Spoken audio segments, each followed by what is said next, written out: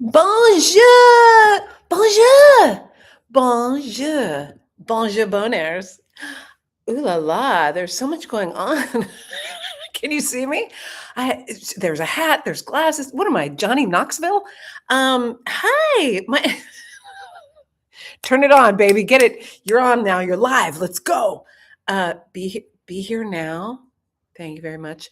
My name's Jess Wood. Welcome to Get Wood, your 30 some odd minutes of some odd stories and jokes and tales of the world that according to Jess. The world according to Jess. I am so happy to be here and oh good. There's car alarms still. Do you have car alarms in your neighborhood? It's very strange to me. Anyway, I'm wearing my glasses today because I wanted to be able to see the comments. And I feel like I never can see the my hat is a little crooked. And I don't mean that in like a what up kind of way. I mean like it's just crooked. Anyway, anywho, Shauna, welcome to Get Wood. My name is Jess Wood. It always takes me a minute or two to just kind of get in here and get my bearings about me and get my turquoise out of my shirt and get my shit together here. Get Wood brought to you by Thrift Shop Clothing, ACAB Forever, Anti Fascism, Pro Love. You thought I was going to say life because the hat. Pro Love, Pro Art, Music, Trees, Community, Witches and Warlocks. Thank you so much. Why do I feel like it's a real wide lens today? It's a real wide lens. Maybe because I don't ever wear my glasses, I can't really tell what it really looks like ever. Anyways, listen, it's Get Wood. We have a theme song. Me and my multi-personality disorders. And if you know it, you love it, and you'll sing along with me here and now. Won't you? Please, won't you? Come on. Let's do this. Why the ha? I don't know. It's just a fun thing to say. Uh, it's funny to look at myself. Big Bird, Sesame, Big Bird, Sesame, Big Minge Energy, ta. That's a 9 mil melody. The glare really gets my OCD going. Bam! And you say, God damn, this is a dope jam. I'm broad. There's a titty. I'm broad. I usually try to show a little titty. I'm broader than Broadway. Yes, I'm broad. Don't mess with us. I'm broad. Don't mess with us. I'm broader than Broadway. And I'm diddling, diddling, diddling. I hold it open and I diddling myself. And it feels so good. Your sauce will mix with ours and we'll make a good goulash, baby. Oh, yeah. What time is it? It's time for Get Wood with your pal, Jess Wood. Hi. Hello, everyone. Now that we're at 3 minutes, 23 seconds after I've rambled on, I find the time. The time is now. Sing my song. I'm going around the world. I got to find my girl. No. On my way, it's been this way 10 years to the day. I watched, let's just start, because if I'm singing Led Zeppelin, it means I have to tell you about the Led Zeppelin documentary that I've watched. Becoming Led Zeppelin. Oh, the time is now. Now here's my disclaimer regarding the Led Zeppelin, the journey, if you will. And I know I have to say something because it's just silly. A lot of English bands, a lot of rock bands in general, as we know, all of rock and roll, um, was inspired by the blues and by Black musicians. And I know you know this because you're my people, but to celebrate Led Zeppelin, like, squeeze my lemon, the juice runs down my leg, and to be like, the fucking Zeppelin rules. And to not know that that is not Led Zeppelin originally, that is an old blues man. Not that they're not men, but so their influence, I feel like in the 60s and in the 70s, paying homage, might mean taking a full song and just like, we're gonna make it our own, we're gonna make it rock and roll, rock and roll. And sure, but let's give I hope that like Muddy Waters and John Lee Hooker and a bunch of people got paid. You know what I mean? Like when anyways. So I watched the Becoming Led Zeppelin, or should I say Becoming Led Zeppelin with the help of Willie Dixon. You know what I mean? Like Becoming Led Zeppelin with the help of Buddy Guy. So I mean, you can't help but know that that's real. So it was a beautiful documentary though, and it was a lovely story of these boys who all knew one another. And um unfortunately, they didn't get into any of the darker stuff. There's been all these documentaries over the past bunch of years that have been made, like the one about George Michael that was made that was really good. It was called like Come and Go with Me, or Wham Bam Thank You Ma'am. I forget what it was called, but it was about George Michael and how Wham became a band, him and his friend. And um I feel like I need some color in my face. There's been warm days here. There's been more. Anyway, I'm saying that the documentaries now seem to keep all the like bad shit at bay. Whereas like when we grew up, we had VH1 behind the music. Come on. Shake it, shake it, shake it. Behind the music, we had MTV News, like whoosh, Kurt Loder, MTV News, and he's going to tell you some shit that maybe one of the guys that you love or one of the ladies you love got killed that day in a shooting or something. I mean, we had some heavy news back then. Anyway, I really feel like I look like Johnny Knoxville. So I watched the Becoming Led Zeppelin. I loved it. I I really recommend it. I watched the Chili Peppers documentary as well. Really recommend that one also. But again, stayed away from like the darker parts, When we had behind the music, they would get into all kinds of shit. They'd be like, oh, and there were parties till 5 a.m. with underage girls and cocaine on the table, and they ruined a hotel room, and you'd hear all these fucking insane stories. Rock and roll, rock and roll. But like Becoming Led Zeppelin, sure, there were some parties at hotels and but it was like, what about Jimmy Page dating the 14-year-old, or like John Bonham, dealing with drugs? And I don't know. I don't know why I wanted to hear about George Michael's whole stint with the bathroom, in New Jersey, the rest stop, pardon me. They didn't include that in that documentary. So I'm like, I don't know. I feel like it's very nice to honor the people, but let me get a little of the juice. Like I always say, I'm not really a gossiper, but I'll tell you, when it comes to these folks that are in the big, celeb flavor, I'm like, well, maybe we do need a little sauce on them to see, just to make them. It brings them down. If I don't know if you ever pedestal these people, I don't think you do because you're you. But I feel like I don't want to big them up to break them down. I like it when someone's got some success. What the fuck just happened? If somebody got some success, and then you learn about like, oh, they used to be crazy like that. I just want to hear about what used to happen in their hotel rooms. You know what I mean? Or like who they dated, or getting in trouble with a hooker or something. I don't know. They get in trouble with a hooker. Anyway, I have not seen you for I can't believe it's been 3 full weeks. I can't believe it's been 3 weeks, my boners, and I have missed you. But I was traveling for a minute, and it went terribly wrong.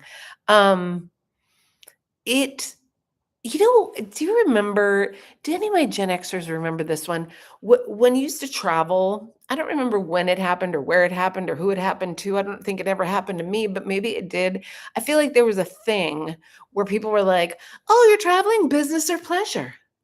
Maybe it was what the flight attendant said, who used to be called a stewardess. Maybe it was the travel agent, who's completely, that's not a thing anymore for a long time. People are like, what's a travel agent? So maybe the travel agent, you would call them and be like, hey, I want to book a flight to Arizona. That's where I was going. God only knows why. And and they would say, "Oh, business or pleasure?" And I don't think it had anything to do with how much the flight cost. I think it just had to do with them being kind of nosy rosies and being like, "So, what are you doing?" Unless they just are keeping dibs on us, like I know they are anyways right now, that everyone's watching and listening. So maybe that was a way of them, like the travel agents, maybe we're in on it from long ago. I wouldn't be surprised, if you heard about like travel agent being a anyway, I digress. As usual, the show is very filled with the references and songs and all kinds of things. So I had to go to Arizona. Business or pleasure, I asked myself, and then I answered neither. It's family. And I know that not everyone has my mishigas, as my Jews would say, would call it. But if you have the kind of, I mean, you could say mishigas on both sides because I'm an Irish Jew. So it's like you want the Irish curmudgeony or the Jewish, like, oh, I can't. You know what I mean? It's what a great place I get to choose from. Look at how glary the ring light is. Anyway, I'm so distracted. Shiny thing. A squirrel, shiny. Like I can't. I'm so fucking silly. So silly. And thank God I'm silly because I kept my silliness about me when I went to travel to Arizona to see my stepmother. And I hadn't been there in 2 years since my pops had died. The guy who I think is my dad. When I went a couple years ago, and I went to help her, and I went with her to the funeral parlor, and she was like asking my stepmom questions, the lady. And she said, "Do you all have any questions?" And I said, "Can I still get a piece of his hair? Because I still don't know if he's really my dad." And she was like, "Oh yeah, totally." Like it was the most normal thing to her, which was so wonderful for me to get that kind of validation, to know that like I'm not the only one who's ever asked, can we make sure this person is related to me? Even though I look like him so much, I also look like my mom so much. It's really weird.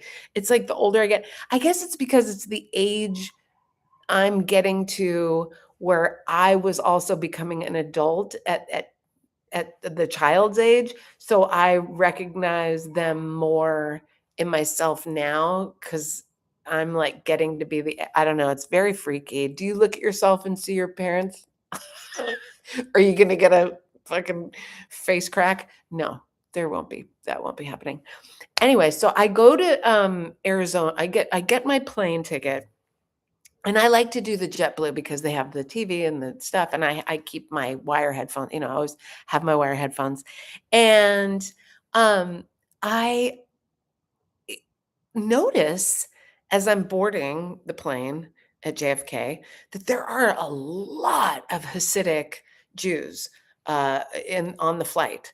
And then I remember, oh yeah, well, let's see, Passover is, in a few days, and or tomorrow or tonight or whatever.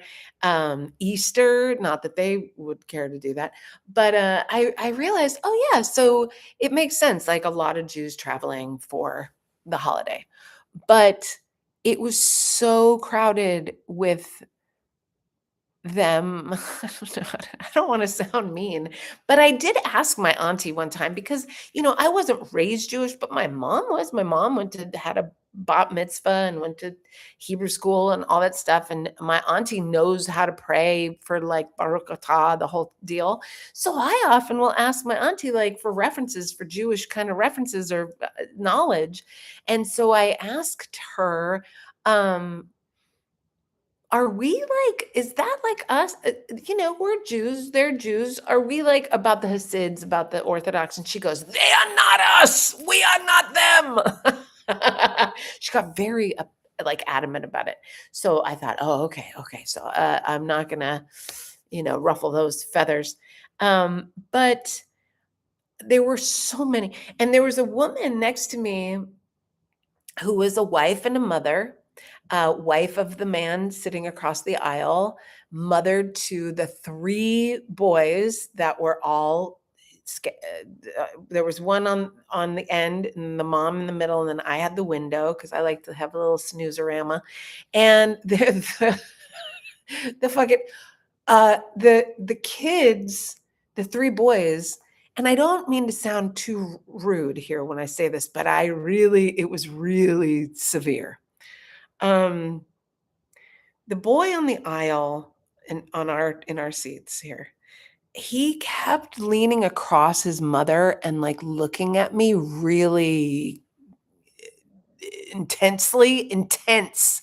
Like, he, like, looked through me, you know? I wanna say about 12, maybe 13, like, just at the bar mitzvah kind of time, and he was looking at me, and across, like, over his mother's lap to look at me like I was some sort of strange art exhibit on display, some sort of strange animal that he'd never seen. But he didn't just look across at me. When I looked at him, I felt like I recognized him from somewhere, and then I looked at him again, and then I studied him for a moment, and I realized Deliverance. Deliverance, the movie Deliverance. You familiar with the banjo scene? Are you familiar with the banjo scene? What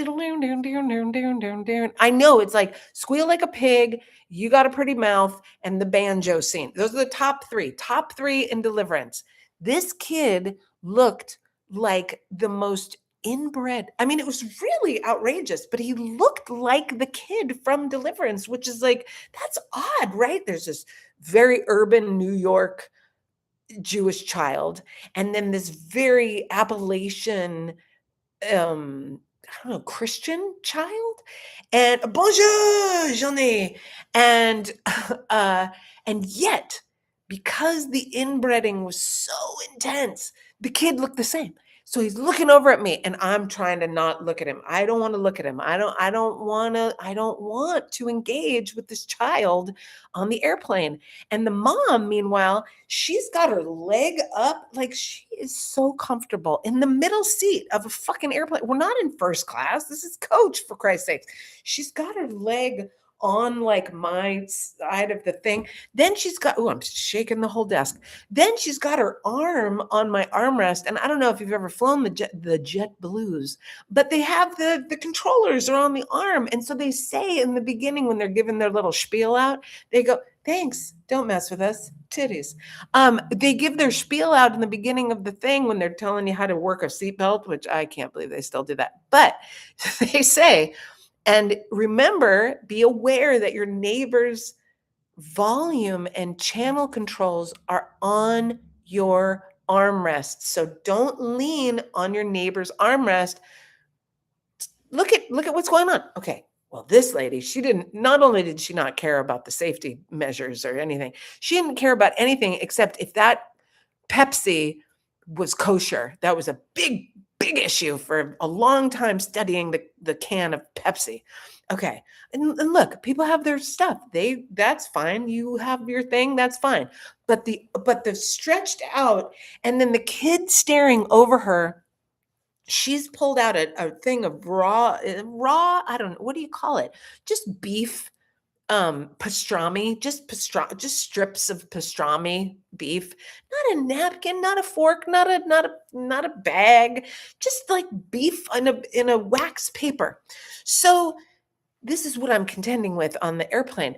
And then she starts to, so I'm like, I have to fucking go to sleep. I can't handle this, the beef and the inbred kid and the lady and stretched out. So I just put on the earphones and I'm like, I gotta just be, quiet. So I'm just falling asleep and this bitch fucking leans on my armrest. And so the volume crank up. Oh my God. And I'm like, and I come out and I say, excuse me, could you be aware of the thing? And it was so upsetting. It was so, it was so hard. So I got the kid staring at me. I got her leaned over with her leg out. Then I have to pee. And I'm like, oh, excuse me, I have to go to the bathroom. And she goes, you can climb over. Like, wait, what? No, no, no, no, no. She's in the middle seat. I'm at the window seat. She needs to get the fuck up. I can't. So now it's like a Seinfeld episode. Do you know the Seinfeld where Elaine is trapped with the horrible men? And it was almost the same thing when she comes back from the bathroom. They've eaten her meal. There's the kosher meal. She didn't get the kosher. I forgot I ordered the kosher meal. She's freaking out. She has to climb over the guy. It's the same. It was like the same shit. So I come back. Finally, thank God it's only like a 4.5 hour flight. So finally I get to Arizona. But here's the thing. Where I'm going in Arizona, it's not just you fly into Arizona like, oh, hey, we're in Phoenix and let's drive to the thing. No. So I spend the first night in Phoenix because I'm like, I can't do the whole adventure because you have to get into Phoenix, then you get a shuttle bus. Yeah, that's what it's called. And you take that 3 more hours to get to a smaller town called Cottonwood. And at Cottonwood, at the main headquarters, which is like a 1-story fucking tiny little office building on gravel, you have to have someone come pick you up. There's no Lyft or bus or Uber or there's nothing there, cab, there's nothing. Because the town I'm going to is on the top of a mountain, no gas stations, no grocery stores, but 5 bars. You want to get loaded, you come on up to Jerome, Arizona. You want to get your fucking freak on, you come up to Jerome. You want to get some copper jewelry, come on up to Jerome.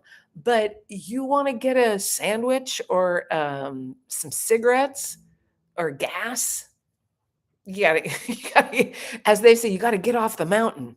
So yeah, it's serious, Johnny. So I get up there, and for some godforsaken reason, I've thought that I could handle being there for 2 weeks, 10 days. And it just doesn't.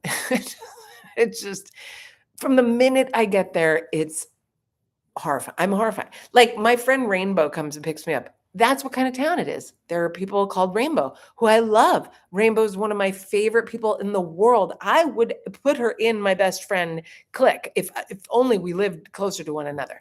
But I've known her since I'm very young. She lived in Jerome, but she's also a world traveler. So she's not just some hick on a hill. You know what I mean? Not that they're all hicks on a hill, but it's very old mining town, old ghost town, just not that, it's not New York, it's not LA, it's not culture, it's not Madison, Wisconsin, for Christ's sake. So anyway, there's a lot of artists, there's a lot of interesting history. My friend Rainbow is doing a documentary about it. That is very special. But me going to be with my bereaved, is that the right word? Because my pops died a couple years ago, so I haven't seen my stepmom, and she invited me out. So I was like, okay, she never wants me to come out, or she never really says anything. She's never called me, like since he died. She'd never called me since I've seen her. She's never called me. I call, you feel like you want to be you're the kid, you're like, check in, you be a good kid, you fucking call on a holiday, you call on a birthday, whatever, let's call. Well, the thing is, and without going into it way too much, because I don't think it's that entertaining, I will tell you some entertaining moments for me. Um, First moment of entertainment, the fact that she had 2 knives to cut on one avocado. She had 2 very specific knives. She was very fucking OCD. Yeah, exactly. 3 days max. I lasted 48 hours at her home, and then I moved my stuff up to Rainbow's house because 2 knives to cut one avocado. And she told me the story of the avocado and how it's dirty and you don't know about the germs in the avocado. And I mean, her house, it's like you could eat off of the floor. You don't want to put anything out of place. It's very intense, like OCD situation. So so I'm listening to the fucking avocado knife story, and I'm like, is there a knife in here that I can slit my wrist with? Because this is insane. This is making me like I'm losing my mind, and I haven't even been here 40 minutes. then she's telling me her story. Okay, well, this is what time I eat dinner, and I eat dinner at 5 p.m. And I'm like, 5 p.m. I mean, granted, I guess it's 8 p.m. New York time, and I guess if I wasn't used to the time difference, I could come and have dinner with you. But 5 fucking p.m. What is happening right now? What kind of early bird nightmare am I in? So I said, okay. And then she's like, and then I just work, and I just work, and I just work, and she works from home, so she's just on the computer, and she's got this little dog, and your little dog too. She really, it was so intense. And she's talking to the dog. She's always talking to the dog, but they're just never stopping talking. Like I talk a lot, and you all see me here. So of course you're like, well, bitch, you talk for half an hour straight. You don't shut the fuck up. But listen, if I didn't shut the fuck up here, how entertaining would that be? Just me like, so what's up, you guys? I mean, some people have podcasts that are huge that are just them being like, what's up, you guys? But I like to give a little oomph, a little swoosh, a little schwitz, a little, I don't know if I want to sweat on you, but maybe I do. Throw a titty in there. You know what I mean? Have fun. So this woman, however, knows no fun. There's no fun in her life. There's no fun. There's no loveliness. There's no quiet. There's only a lot of shit talking about people I don't know. I don't know these people. You're talking shit about the townspeople. I don't fucking know these people. It's just like, oh, and so is a fucking. And I'm like, I say to her, excuse me, could we not? Do you want to ask me anything? You know, you could ask me something. I just recorded a comedy album, my first album. I just did a big photo shoot for the record cover. I mean, come on, that's kind of exciting. I'm doing some shows back in New York City. I've got some stuff on the pot, you know, things simmering on the pot. You want to ask a bitch a question? No, she did not want to ask a bitch a question. So, needless to say, okay. Then where she put me, where I was sleeping, was in, you know, I don't want to go too dark, but this was the motherfucking room where my dad fell to his death. I mean, this was a room, it's leveled room, it's a level room, and he fell, and then they took him to the hospital, and he died shortly after. So motherfuckers, so she's like, I made up your room downstairs. And I'm like, downstairs? You mean like dun dun dun downstairs? You know what I mean? Ah. And so she did.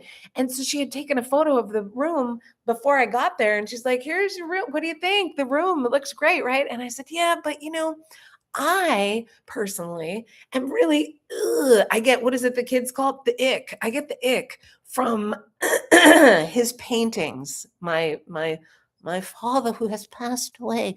No, the guy who painted the painting. I don't like the paintings. The paintings are dark and they're scary and they make me sad and it makes me uncomfortable. So I asked her, I said, please, can we take the paintings out of the room? If I'm going to stay in the death room, just remove the paintings. You know what I mean? Because this is so uncomfortable with the paintings. She goes, no, no, no. You'll do. They're on the wall, Jessica. They're tacked on the wall. They can't be taken down. But you can do what you need to do when you get here. Now, remember, I said that. You can do what you need to do when you get here to make yourself feel comfortable in the room. Okay, well, I get there. The paintings are looming like a motherfucker. And I'm like, okay, I can't have these paintings like this. And so I took one of the robes that was down in the room where I was staying, because it was like built like she put it together like a hotel, like a couple of robes. And I mean, who else is here? Some towels, a bunch of toilet paper, you know. And I was like, okay, I mean, I appreciate it, but I had to go inside to shower. Also, P.S., this is a squeegee house. Bitch, no. Do you know what the fuck a squeegee house is? That's where the people who have diseases that are undiagnosed, like OCD or ADD or whatever the fucking D, have water go on glass because it's a shower and that's how it works. And then you, in your fucking birthday suit, you're naked to the world in the shower when you're done and you're feeling clean and you're feeling pretty good, but don't feel too good because now you have to squeegee like a homeless person on the fucking 10 freeway. Now you have to squeegee naked. I'm squatting, I'm naked. Some people just, we don't want to do that. That's a little over the top. She's like, this is a squeegee house. So I was thinking to myself, wow, it's no wonder. Like I lived with this lady off and on when I was like 7 years old to like maybe like 15 or something, 14, 15. And let me tell you something. I hope and pray to the goddesses and warlocks above that I do not carry on these motherfucking problems. Like she's ill. That's an illness. This is fucking squeegeeing naked. So it gets worse. So then I'm there, and I'm there for like a day and into the evening, and I come back 5 o'clock for the early bird special. And I don't want to eat. It's 5 o'clock, but she's eating. And I'm sitting there because, again, you think like, oh, my elders, oh, to be respectful, be kind. I don't know how long she'll be around. Well,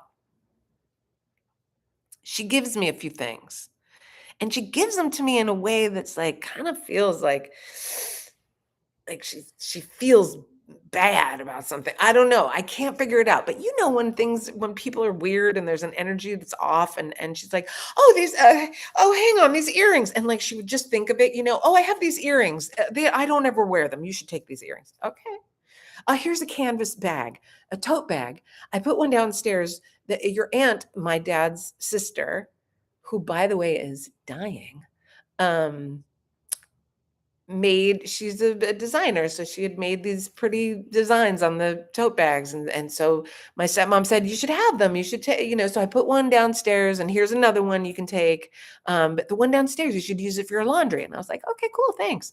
So here I am, two canvas bags, a pair of earrings. Then she goes, "Oh, there's this ukulele, your dad's ukulele. You all your inheritance was that broken guitar. So you should have this ukulele." And I said, "Oh my God, thank you so much. This is so sweet. Thank you so much." And I'm very, very thankful. I'm very grateful.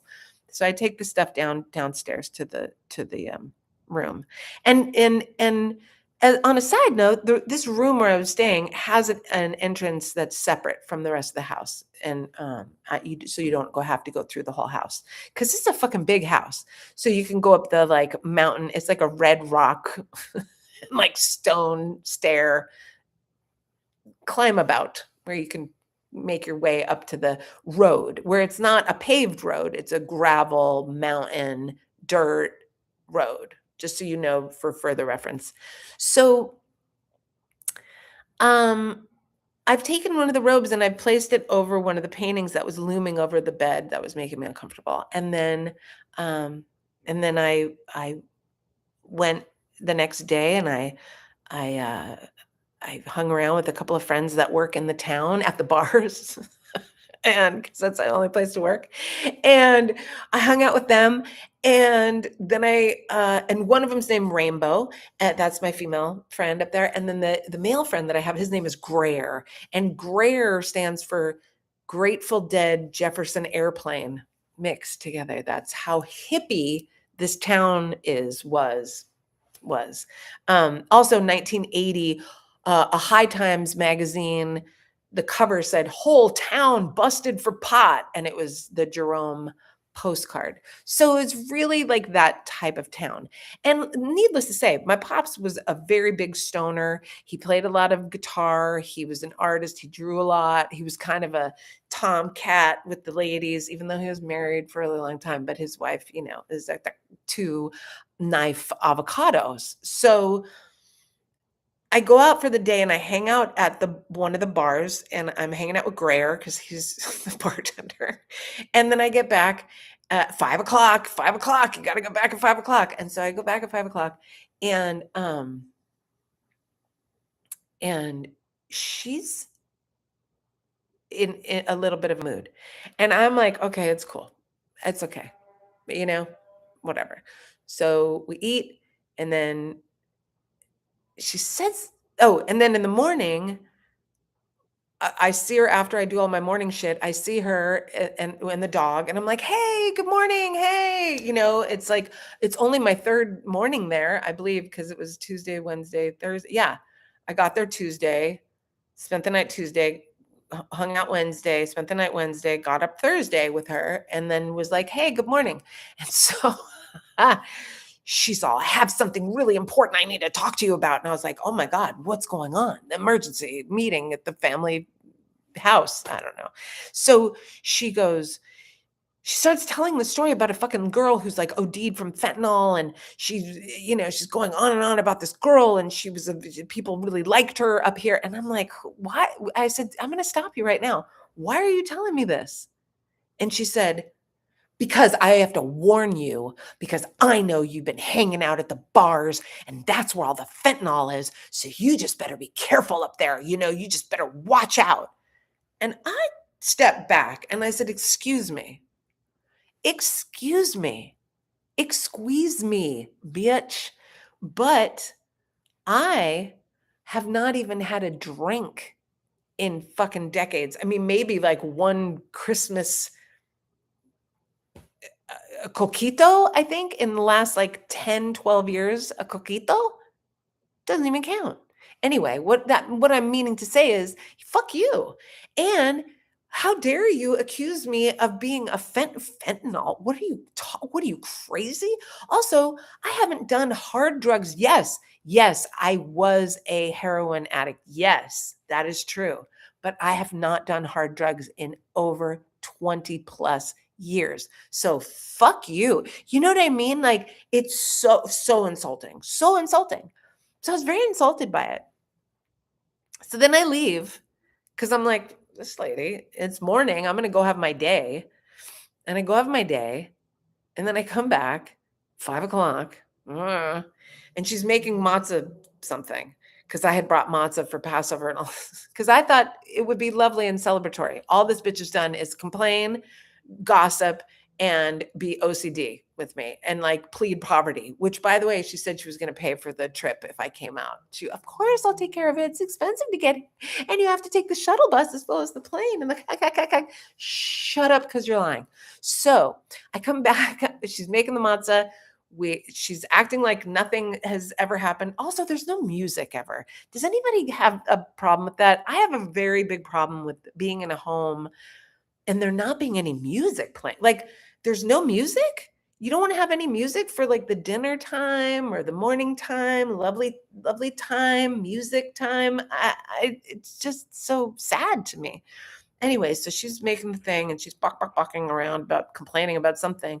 And I said to her, I'm going to stop you. And I'm going to say, I really have to tell you, my feelings were really hurt when you were accusing me of, right, too quiet is too quiet. But also, if it's like a bad vibe, it's like, turn on some music. You'll fucking turn that vibe right around.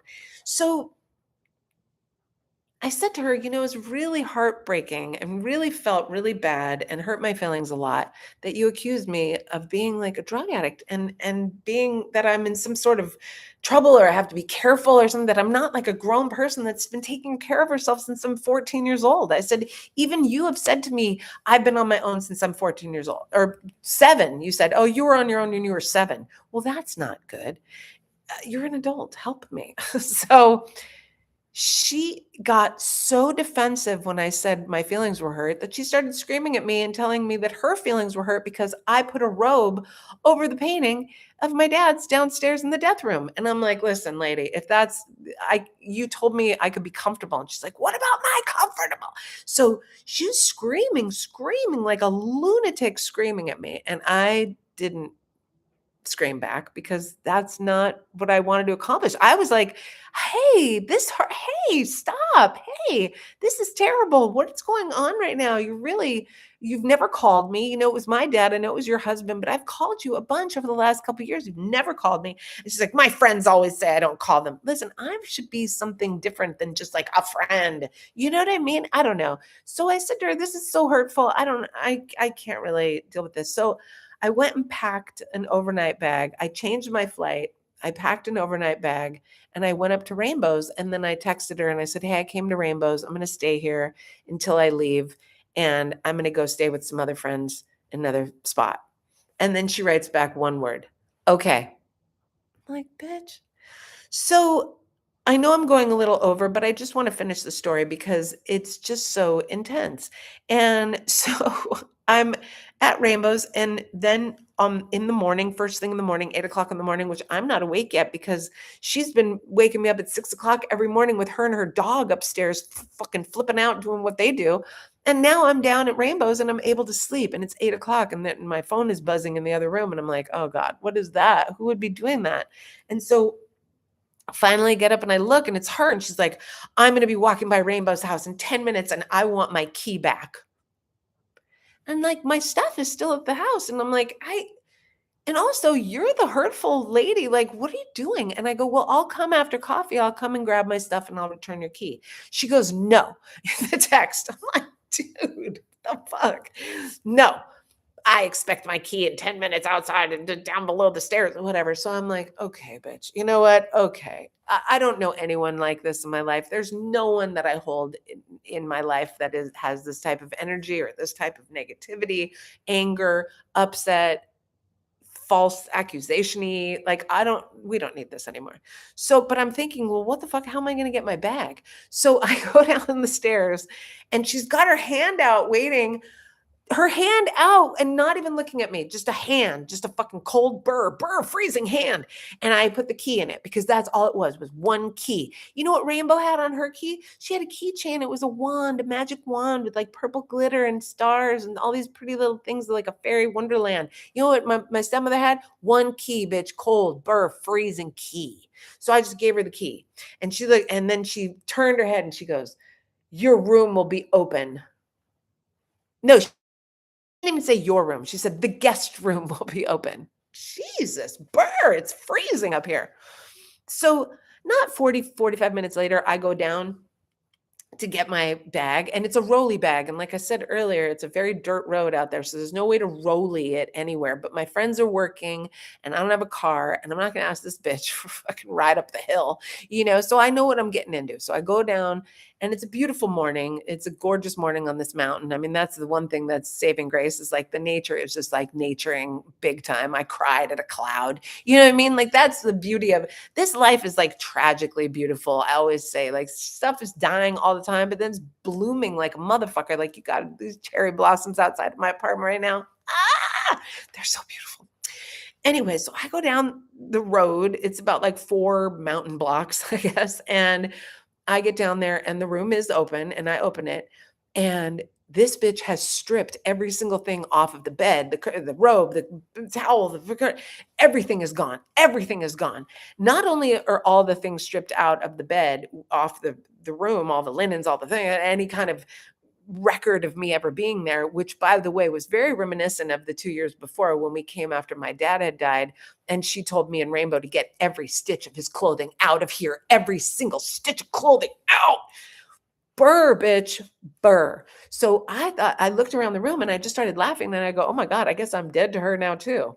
And then I stopped laughing because I looked around the room and I realized all the stuff that she had given me, she took away. All the gifts she had given me, she fucking took them back.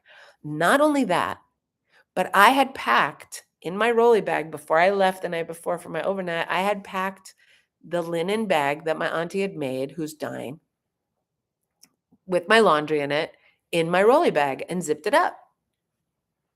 Stand by. This is the end of this story. My fucking step monster went into my bag, opened it up, took out my dirty laundry, transferred it into a plastic bag, and then took the canvas tote bag back. That is some petty, petty bullshit. And what my auntie said, my mother's sister, the Jew in New York, when I told her the story, she said, and how old is she? And I said, she's 80 years old. And my auntie said, she's a goner. She's a goner. I said, yeah. Meaning, that's it. That's who you are until you die. You're going to be that bitch. But the best part of this story was when I was carrying my bag up the mountain, all these butterflies and hummingbirds came and like fluttered in between me like I was a motherfucking Disney princess. Like I was just like, like I had defeated the evil queen. I also had left her a note. I left her a note and my auntie was like, what did you leave? Like, fuck you. And I go, no. The note I left had 5 words. Hoping you find some peace. Hoping you find some peace. Because yes, it's hopefully I do hope for that, but also it's a more Buddhist approach, like a balanced approach and understanding people's struggle and trying to give a little compassion, but also really underneath all of that, it might be a little petty also. because I know she's like, peace, you fucking have peace. A bitch. Fucking family. Bullshit. So the good news is I don't ever have to go over there again. I don't have to call. I don't ever have to feel like I'm like obligated of some sort. And also the even better news is when I went into that town unsolicited, I'm telling you, for the next bunch of days when I was up there unsolicited, I got people telling me stories about this bitch that were so horrifying that were just like, I am embarrassed for her. Also, I had a woman who was also 80 years old, who's known her for decades from the town, say to me, "Oh, your dad's wife? That fucking cunt?" Now let me tell you something. That's the way to end a fucking story. You get validation from all the people, and I was invited to like 4 parties and 2 hangouts and a DJ. I was like very popular when I was there. Nobody even really knew me except for my 2 pals. But I dealt with it. And I feel like there are things happening right now in life that are huge, that are working for me, you know? Like, I don't think things are happening to me. I know things are happening for me. And that shit was protection. Like, no more do I give my energy to that. Also, then it made me think of all the people that I treat like her, where the people who don't check in, the people who don't call, the people who don't write. When I write them, and I go, no, I don't have any time for them. And also, if I was getting like, if I kept trying people and they didn't get back to me, I would be like, okay, that's enough. You know, like I'm at the point now where I'm like, I'm not even gonna call.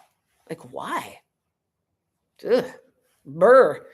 Anyway, look at a little over, but I've been gone for so long. And next week, I'm going to have so many cheerful, funny little stories and tidbits for you. But I had to get that out of there because Jesus, come on.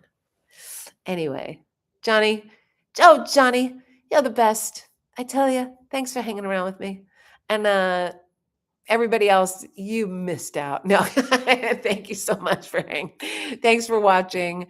Smash the subscribe button, like button, share it with your friends. I don't know if I'll be doing this much longer. Are you on TikTok, Johnny? Find me on TikTok. Get Wood Comedy. All right, y'all. Be good to yourself. Be good to each other. Not doing anything wrong. Okay, IG. Get Wood on IG. Let's do it. Yeah. All right.